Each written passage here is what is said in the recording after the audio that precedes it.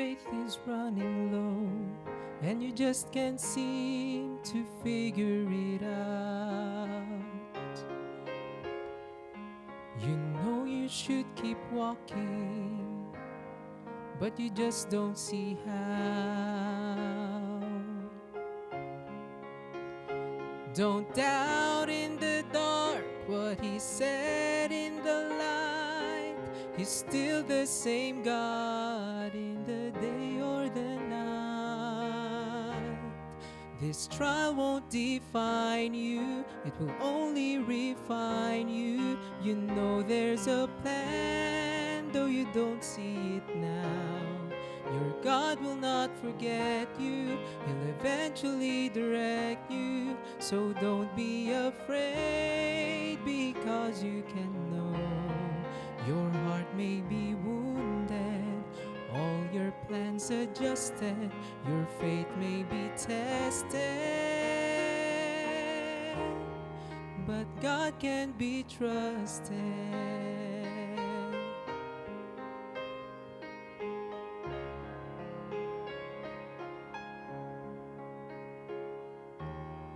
When your life's a question mark and all your answers are coming out wrong, you know that God is working, but it just seems so long. Don't give up on God when He's working on you. It's Jesus the Son that He's forming in you. This trial won't define you, it will only refine you. You know there's a plan, though you don't see it now. Your God will not forget you, He'll eventually direct you. So don't be afraid, because you can know your heart may be wounded, all your plans adjusted, your faith may be tested, but God can be trusted.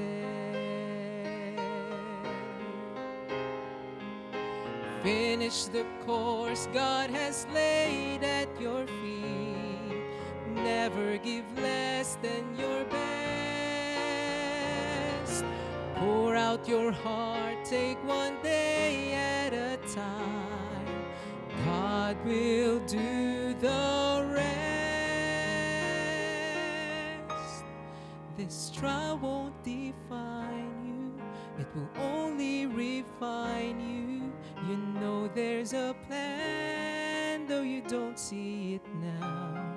Your God will not forget you, He'll eventually direct you. So don't be afraid, because you can know your heart may be wounded, all your plans adjusted, your faith may be tested,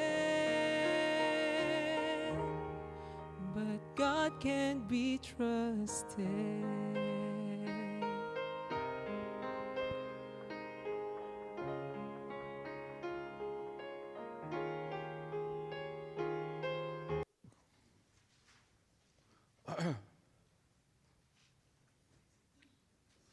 When Christ was born, Herod was king, so to speak, of Israel. The Roman government had appointed him king. He did not become king through Jewish heritage. He was an Edomite. He had no right to the throne. He was not Jewish in the strictest sense. To win the favor of the people, he thought he would do a nice thing and refurbish their temple, because it had been torn down by the Babylonians 550 years before Christ was born. And Zerubbabel rebuilt it after they came back from Babylonian captivity 70 years. He rebuilt it, but it wasn't beautiful. It didn't have the beauty of Solomon's temple. It was a crude, rough building. Just enough to say it was their temple. And they lived with that until Herod came along, and to do the Jewish people that didn't like him, to try to make them to like him, he refurbished it.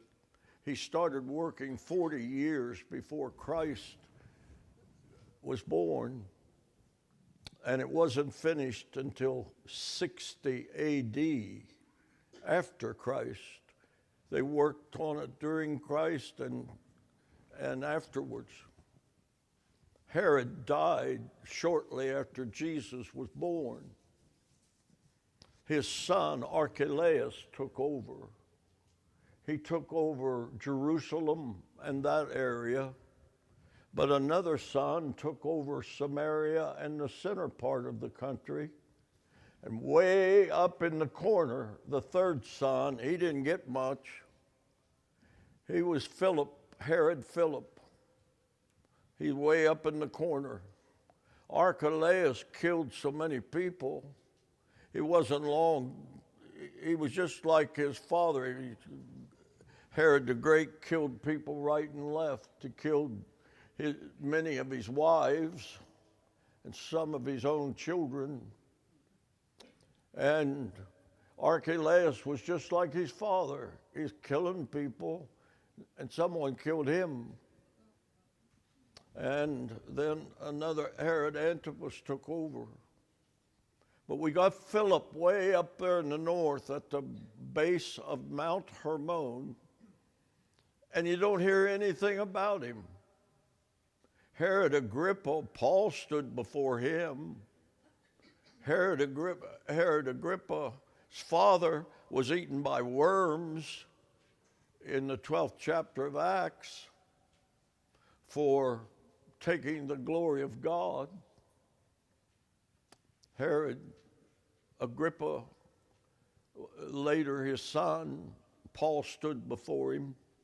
He's married to his sister, Herod Agrippa. Up there's Philip in the corner. The only time we read about him is tonight in this first prediction of Christ. It says in Matthew chapter 16, verse 13, when Jesus came into the coast of Caesarea Philippi, that was the coast, the border between Israel and what is known today as Lebanon and Syria. He was up north. There was a place called Caesarea Philippi, which there is Philip. He's the king unheard of up in the northern corner of Israel.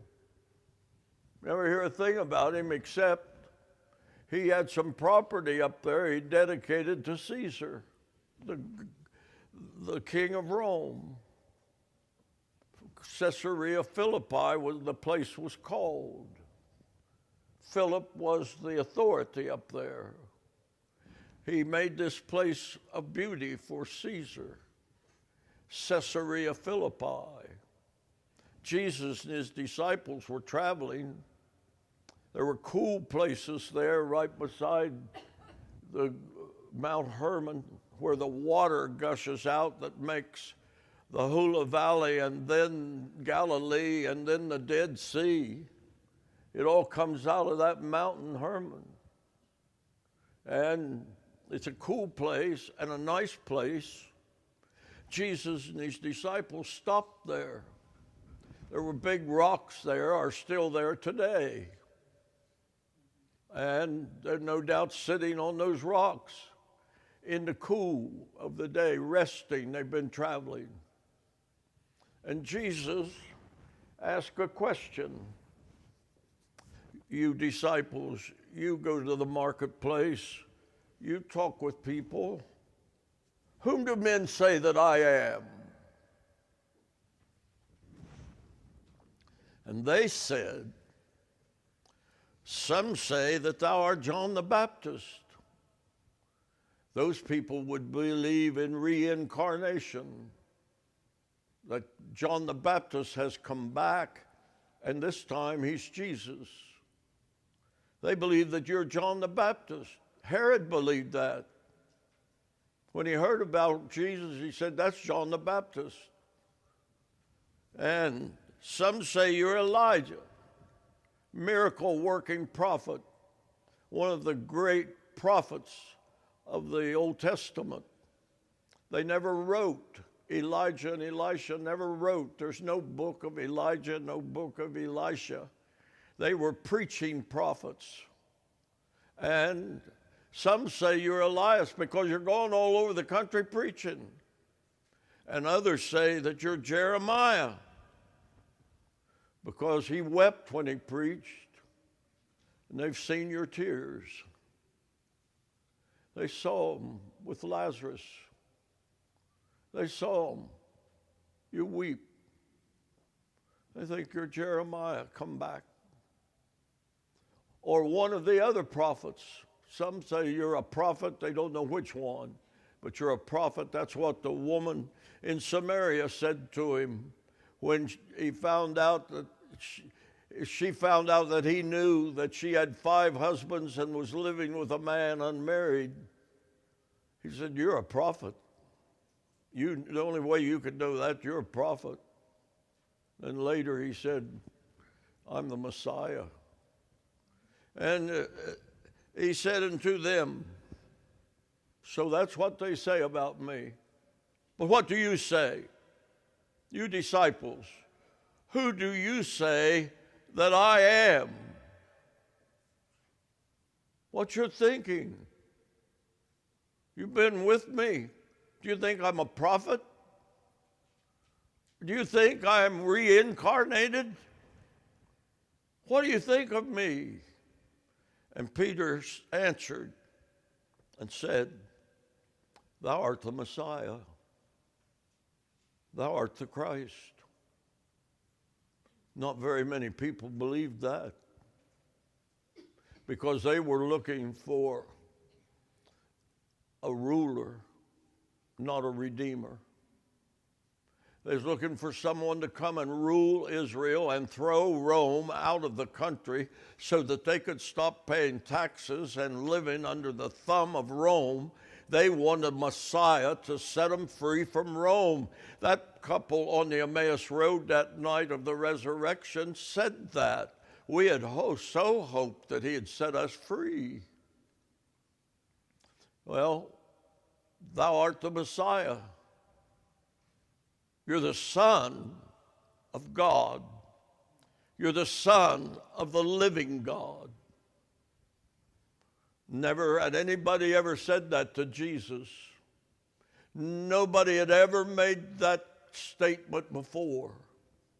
Thou art the Christ. You're the Messiah. You're the Son of God. And Jesus answered and said unto him, blessed art thou, Simon, Bar-Jonah, son of Jonah. Blessed art thou. Flesh and blood hath not revealed this to thee. Nobody taught you this. No teacher, no rabbi ever taught you this. My Father revealed it to you. My Father which is in heaven. And blessed art thou. Flesh and blood hath not revealed it. But I say unto thee, thou art Peter, small rock. Upon this rock I build my church, large rock, and the gates of hell shall not prevail against my church. First time 12 disciples ever heard the word church is when he said it there. That's not in the Old Testament. They never heard a prophet say church. They never heard anybody say church. They never heard Jesus say church. That's the first time he ever said it. He's been on earth 2 years and a half. This is a 6-month mark before his death on the cross. He's 6 months from the cross. And I'll build my church. The gates of hell. At the base of Mount Hermon, there was a big hole that went into the mountain. And people around there called it hell. And that's the gates of hell. And Jesus used that at Caesarea Philippi, that the gates of hell that victimizes people here shall not prevail against my church. He started the church at Pentecost. And through the years of embattlement, martyrdom, threats against it, the church is still going tonight, and people are being saved. And nothing can stop the church until Jesus takes it out of this world. We don't know it, but millions are being saved in China by the underground church, where they have to meet in secret. And I have a lady call me from Vietnam that hears our telecast tonight. She's listening. And she tells me about Vietnam and how they hinder the church. And you're not allowed to put up a sign that says church. You're not allowed to pass out a pamphlet that would encourage anybody to become a Christian or go to church. You're put in prison for that. You have to meet secretly. They meet because she says let's say they have a school to teach English. People come, but that's the church meeting. And they've met so far and gotten away with it. I was in Vietnam, in Saigon, and the church met me at the airport, and then, shoom, they were gone. They told me where to go, and I got a taxi, and I went there. And up on the 3rd floor, they came in and staggered one by one by one. They didn't come in a group. They'd be in trouble.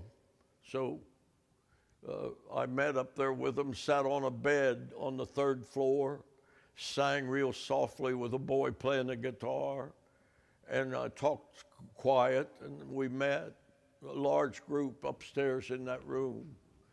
And they have to meet in quiet like that, or 2 weeks after I left, they arrested half the men that were in that meeting and put them in jail. But I say unto thee, thou art Peter, upon this rock I'll build my church. The gates of hell shall not prevail against it. And I will give unto thee the keys of the kingdom of heaven. Whosoever shall bind on earth shall be bound. Whatsoever shall be on earth. Then he went down, and where is that? Verse 22. Peter took him. Now, in verse 21. First prediction of Christ's death. This is the first time with his disciples in 2.5 years they've been preaching, traveling. This is the first time he ever mentions he's going to die. 2.5 years, they have no idea he's going to die. He's going to establish a kingdom, and we're going to serve in it. And they were fighting over who was going to get the best position. They didn't know he was going to die. The first prediction of his death, Caesarea Philippi, after Peter made the great confession, thou art the Christ, the Son of the living God.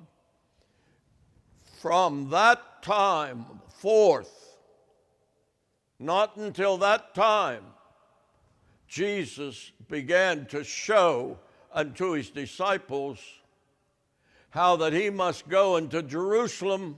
He must go into Jerusalem and suffer. They didn't want a suffering Messiah. The Jews did not want a suffering Messiah. They want a military society that would come as a great military man and throw Rome out of the country. They didn't want some weak Messiah that suffers. He showed them that he must suffer. He must suffer. They don't know what he's talking about. They're getting ready to go to Jerusalem and enthrone him as king and serve in the kingdom and say goodbye to Rome. But he said, I'm going to suffer many things of the elders, the chief priests, and the scribes. Those are the men that made up the judgment. They were the men that judged Christ and sentenced him to death. Who made up the Sanhedrin council that condemned him to death? Elders, old Jewish men. Who? Chief priest. Caiaphas was the main priest, but he had all of his relatives serving as priests around him, and they were known as the chief priest because they served in Jerusalem. They weren't an ordinary priest that served somewhere else. Who made up the Sanhedrin council?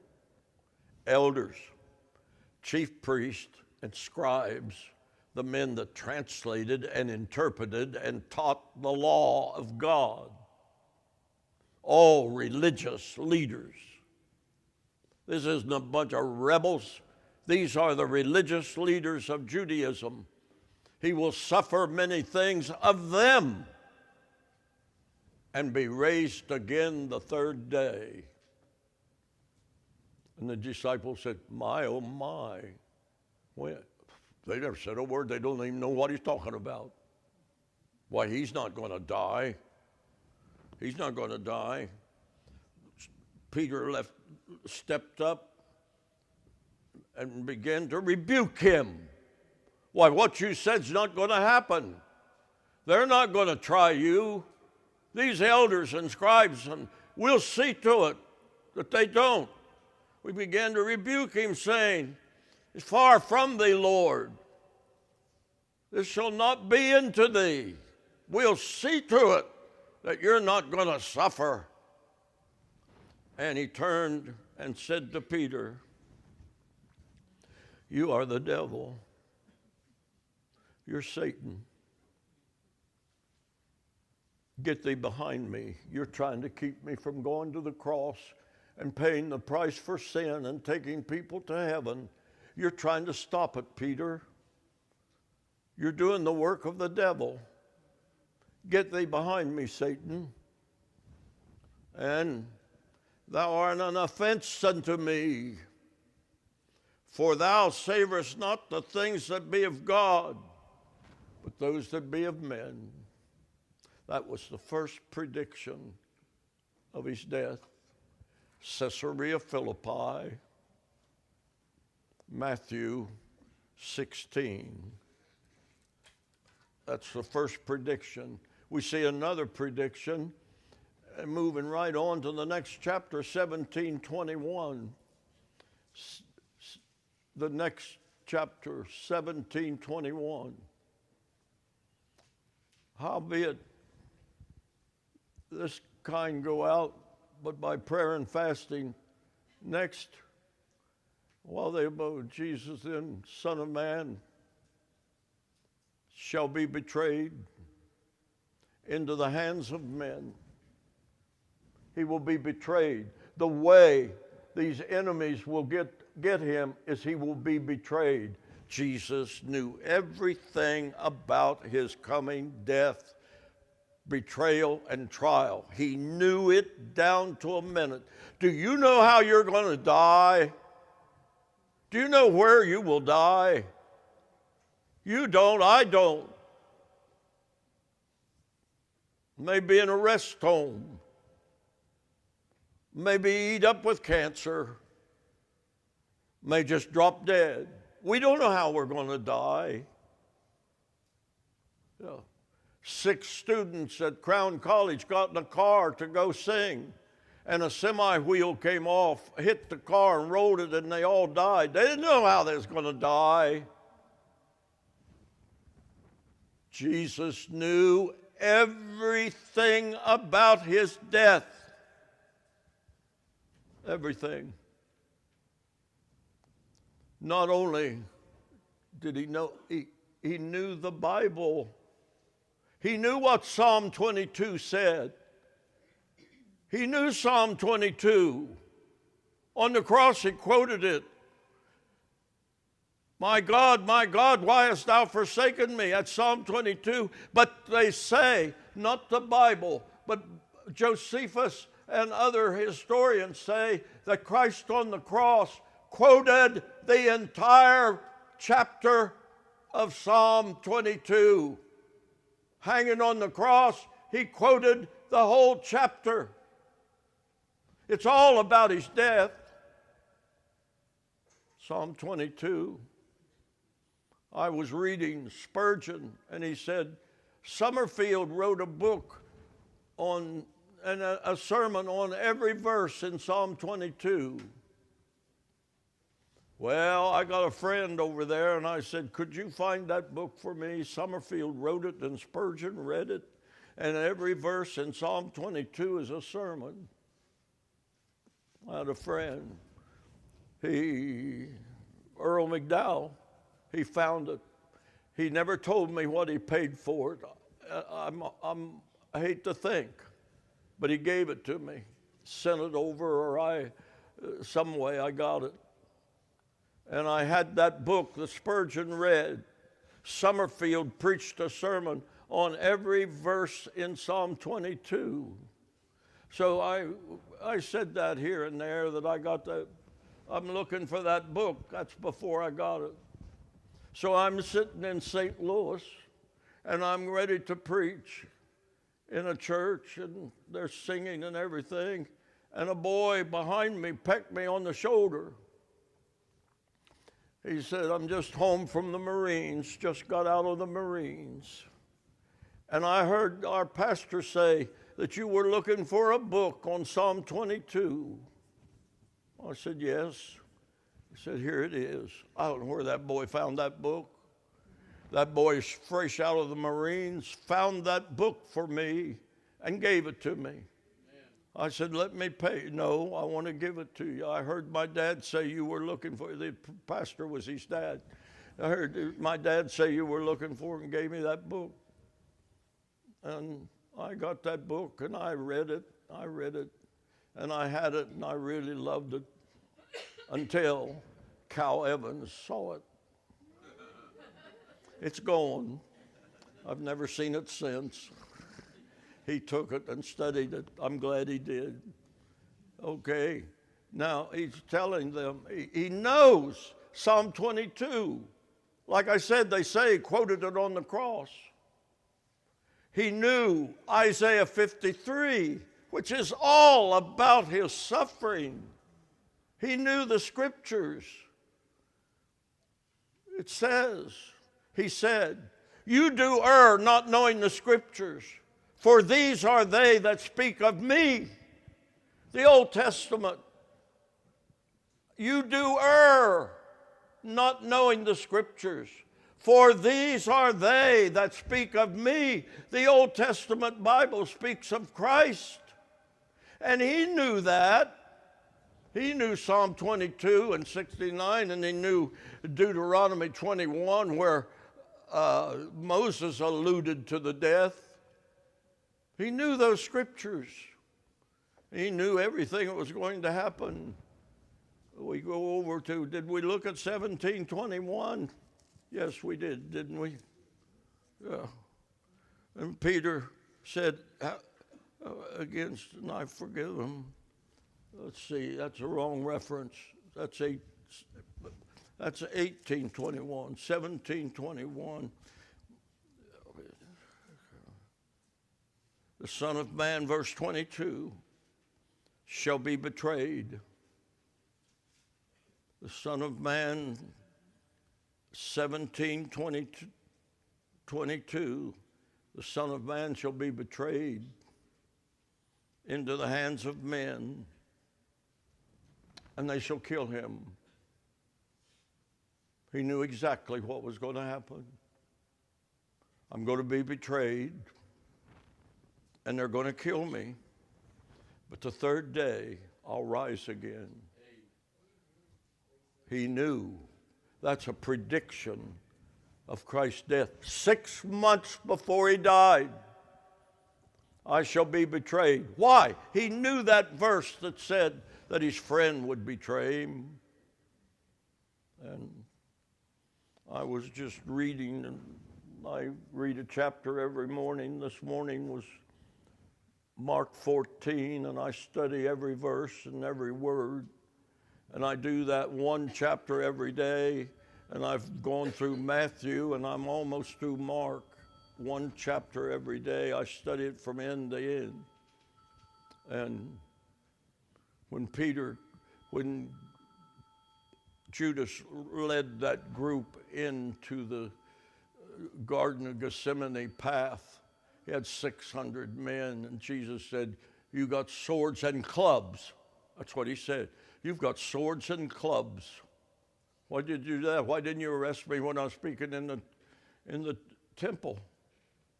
And Judas stepped up to show him who he was. And according to the original, Judas said, "Rabbi, Rabbi," and then kissed him. "Rabbi, Rabbi," and kissed him. He wouldn't call him Lord. He would not call him Lord because he was betraying him. You're just a teacher. You're a rabbi. In that, there's the disciples and Jesus, and here's this mob ready to take him. And Judas won't say Lord. "Rabbi, you're a teacher. You're just a teacher. Rabbi." What do you call him? What do you call him?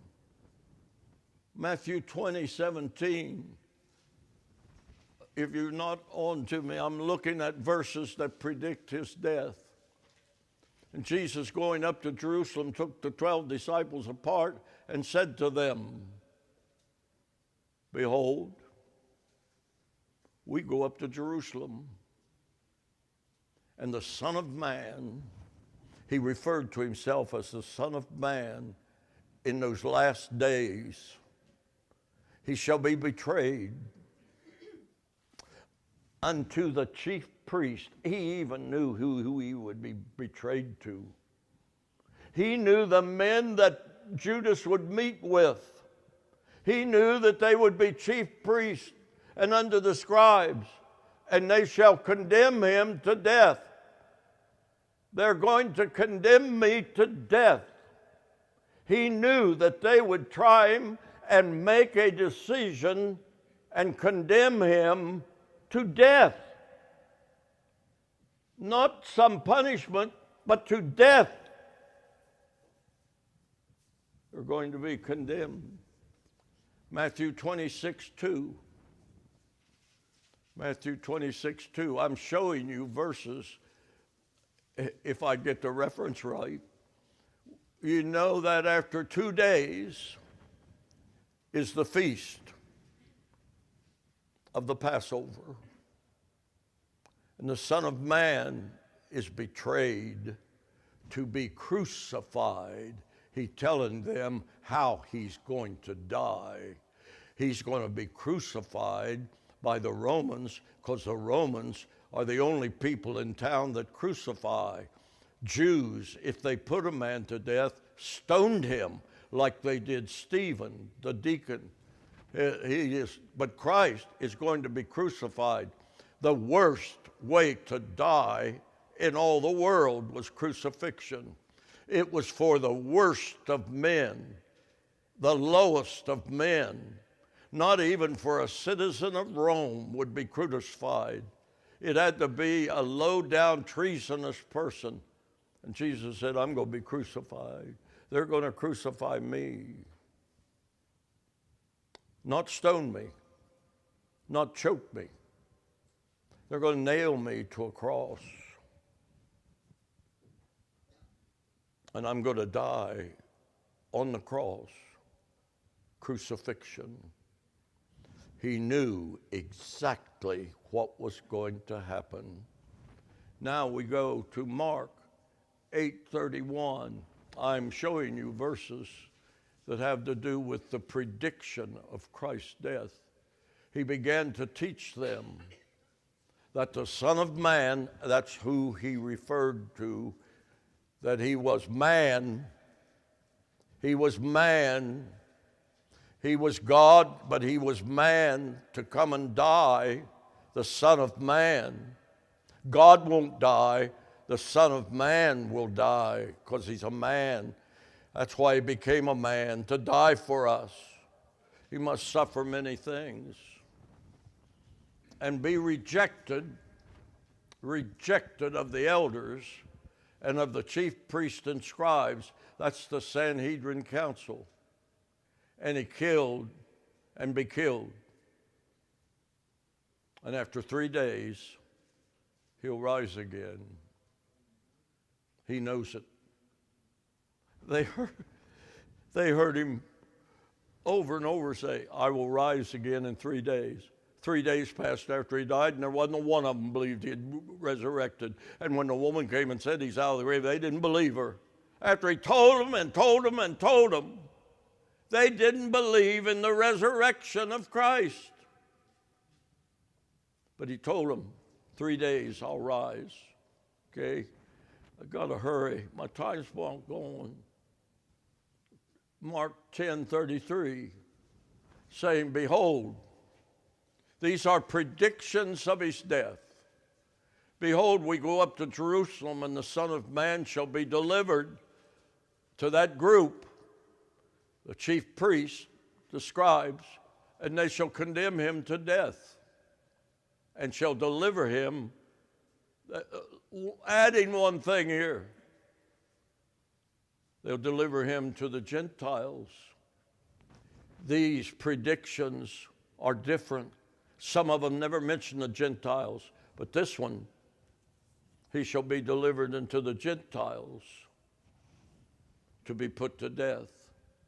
Now, Luke 9:22, we got two predictions in Matthew, one in Mark and one in Luke. Luke 9:22, saying, I'm giving you predictions of Christ's death, which he gave.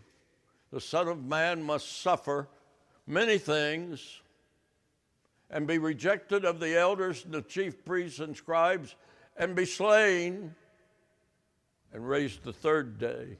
He always, in every prediction, predicted that he would be raised the third day. Now he's telling these disciples over and over and over again. They're going to Jerusalem, these scribes, what these elders are going to do. Now he's got him turned over to the Gentiles. They don't hear a word he's saying. They don't even know what he's talking about. Peter, well, this is not going to happen. It just shows you the blindness of man to the Word of God until God opens their eyes. The people of Emmaus on the day he rose from resurrection ate supper with him. He was going to go on down the road, and they said, no, come on in and eat supper. They don't know who he is. They met him. He'd been quoting scripture and everything, and their hearts have been warmed, but they don't know who he is. They're sitting at the kitchen table. They don't know who he is, only they like him and they like what he said, and they invited him to supper. Time to break the bread, and up from under the table came his hands.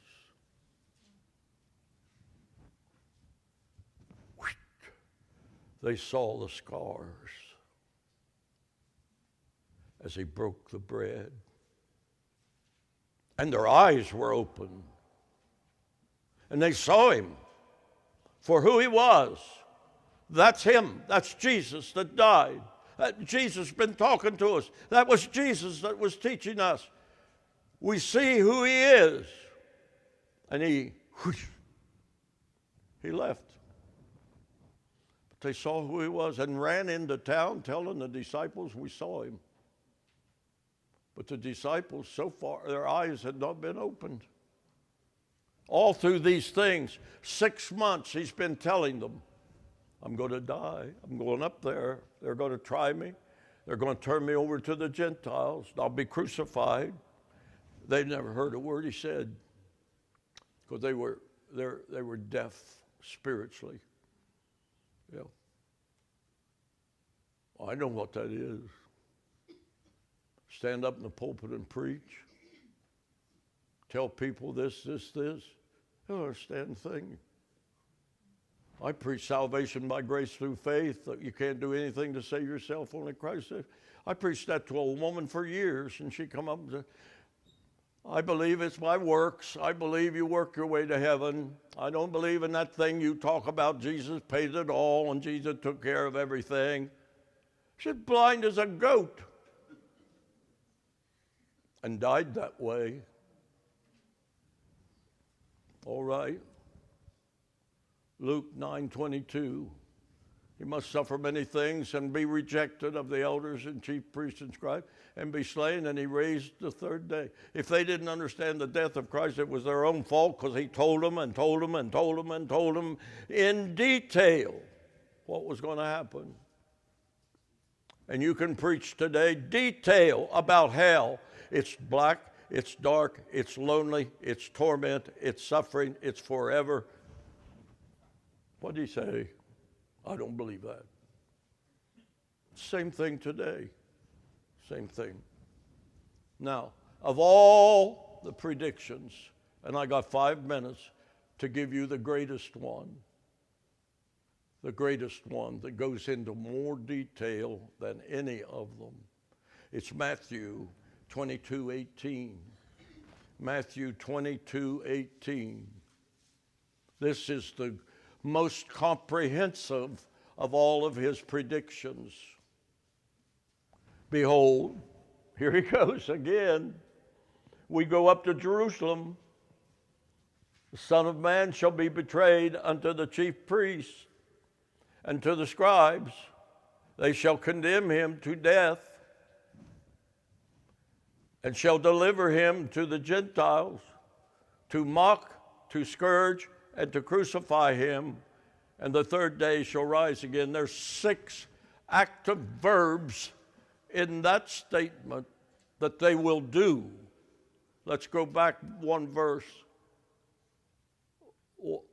Matthew 20:18. We will go to Jerusalem, the Son of Man shall be betrayed. 1. He's going to be betrayed. 1.